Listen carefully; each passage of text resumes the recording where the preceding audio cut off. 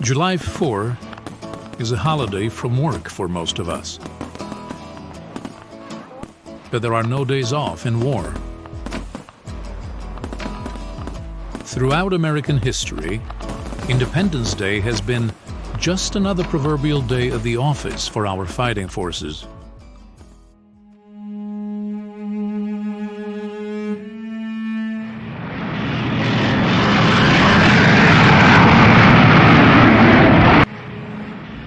On July 4, 1944, U.S. Navy Air and Sea Forces attacked the islands of Iwo Jima and Shishijima in preparation for the invasion to come.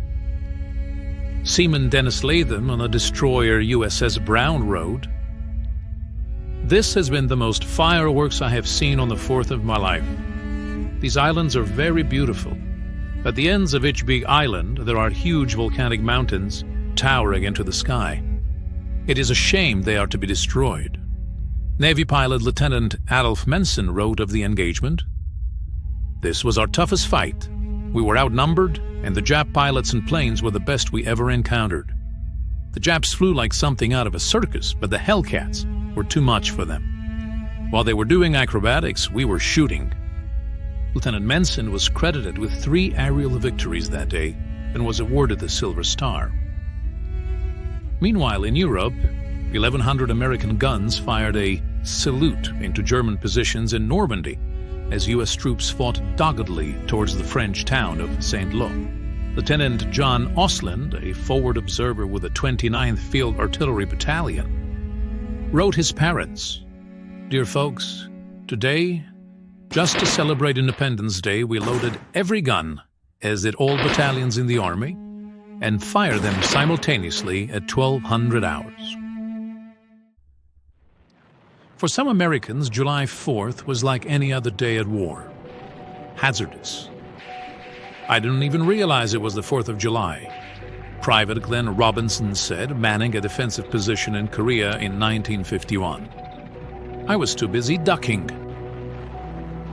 Earlier that same Independence Day in Korea, Sergeant Leroy A. Mendoza, Company B 7th Infantry Regiment, 3rd Infantry Division, had been helping consolidate his platoon's position on newly won Hill 586. The enemy made a strong night counterattack, and under pressure his platoon was ordered to pull back. Sergeant Mendoza volunteered to stay behind to cover the withdrawal.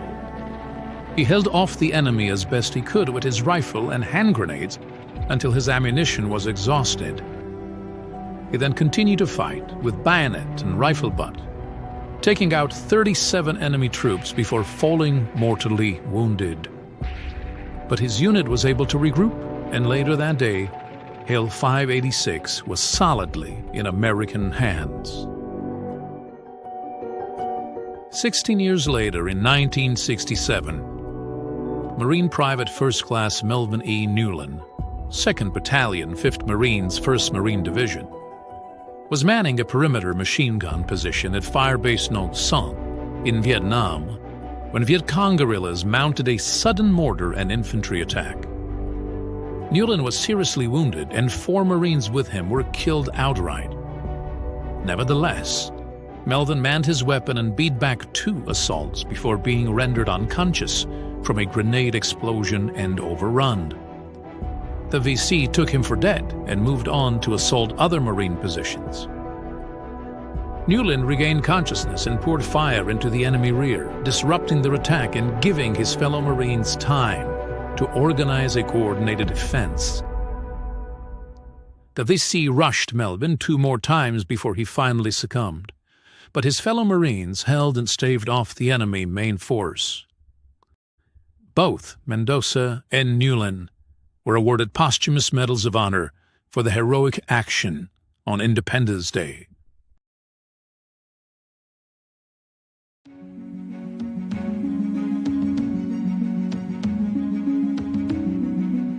For most Americans at war, July 4th is a time to think of their families and loved ones back home, the people for whom they are fighting, whose hard-won freedom they are defending. And perhaps they wonder if their sacrifice is going unnoticed. and if the traditions they defend are fading.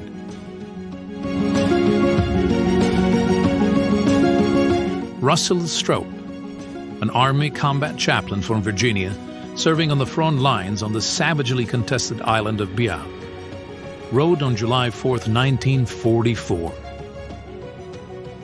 Dearest family, I wonder if, nowadays, parents still make holidays so noteworthy for their children that when they grow older they will think of home more poignantly on such days than on any others.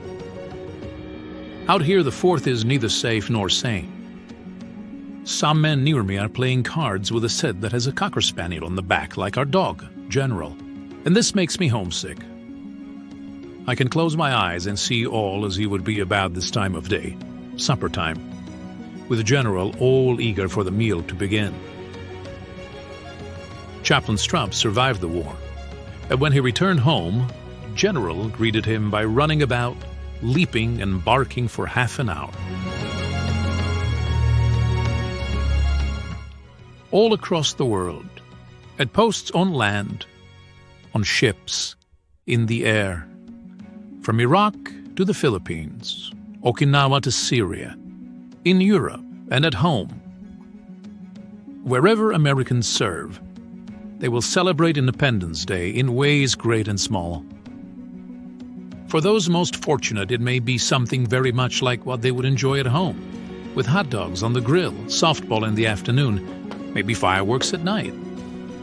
For others, a patrol in a hot Humvee, standing watch at a base, MREs when they get around to eating, and, God willing, no fireworks at all.